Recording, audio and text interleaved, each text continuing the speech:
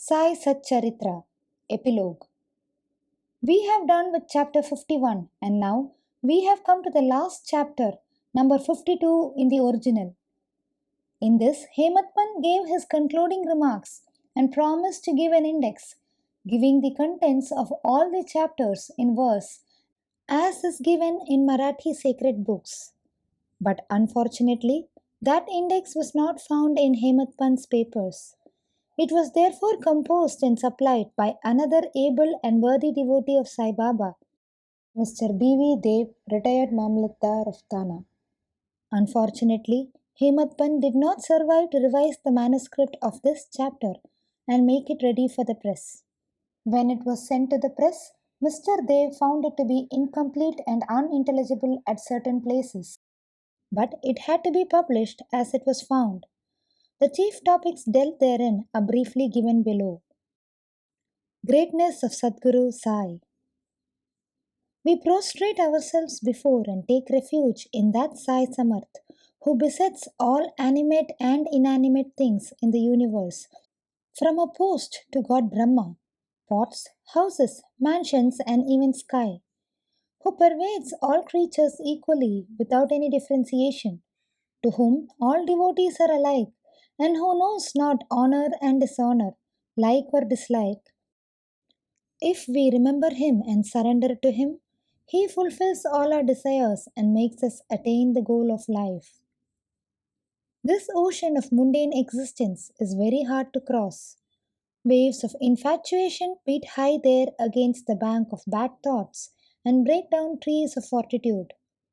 The breeze of egoism blows forcibly and makes the ocean rough and agitated. Crocodiles in the form of anger and hatred move there fearlessly.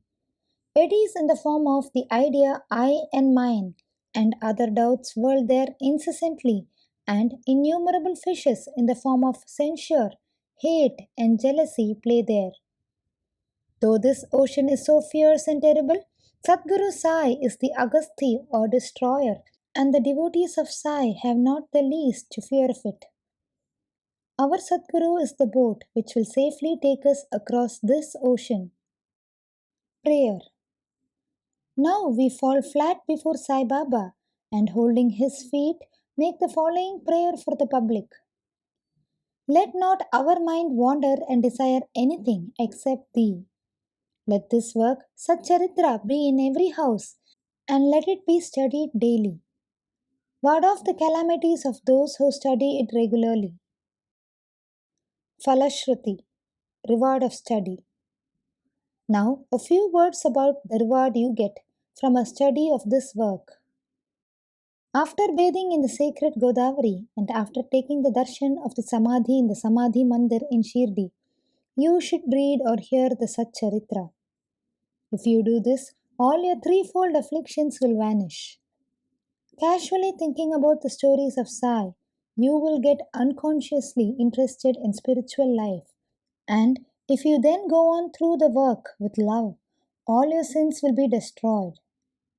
If you wish to get rid of the cycle of births and deaths, read Sai stories and remember him always, and get yourself attached or devoted to his feet. If you dive into the sea of Sai stories and then give them out to others, you will get an ever new flavor of them and save the hearers from perdition. If you go on meditating on Sai's form, it will in course of time disappear and lead you into self-realization. It is very hard to know or realize the nature of self or Brahma. But if you approach through the Sagun Brahma or Sai's form, your progress will be easy. If the devotee completely surrenders himself to him, he will lose his individuality and be merged in him and be one with him, as the river in the sea. If you thus become merged with him in any of the three states, namely waking, dream, and sleep, you get rid of the bond of samsara. If anybody after bathing reads this with love and faith and completes it within a week, his calamities will disappear.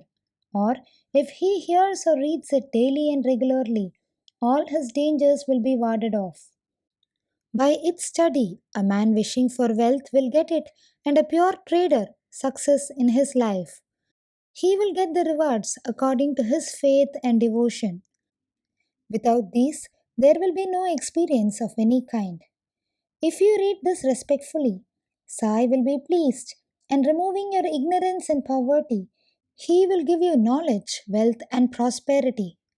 With concentrated mind, if you read a chapter daily, it will give you unbounded happiness. One who has his welfare at heart should study it carefully, and then he will ever remember Sai gratefully and joyfully, birth after birth. This work should be read at home, especially on Guru Purnima, the Ashada full moon day, Gokulashtami, Ramanavami, and Dashara, Baba's anniversary day. If you study this one book carefully, all your desires will be satisfied, and if you always remember Sai's feet in your heart, you will easily cross the Bhavasagar or Samsar. By its study, the diseased and sick will get health, the poor wealth, the mean and afflicted prosperity, and the mind will get rid of all ideas and get steadiness. Dear good and devoted readers and listeners, we also make our bow to you all and make you a special request.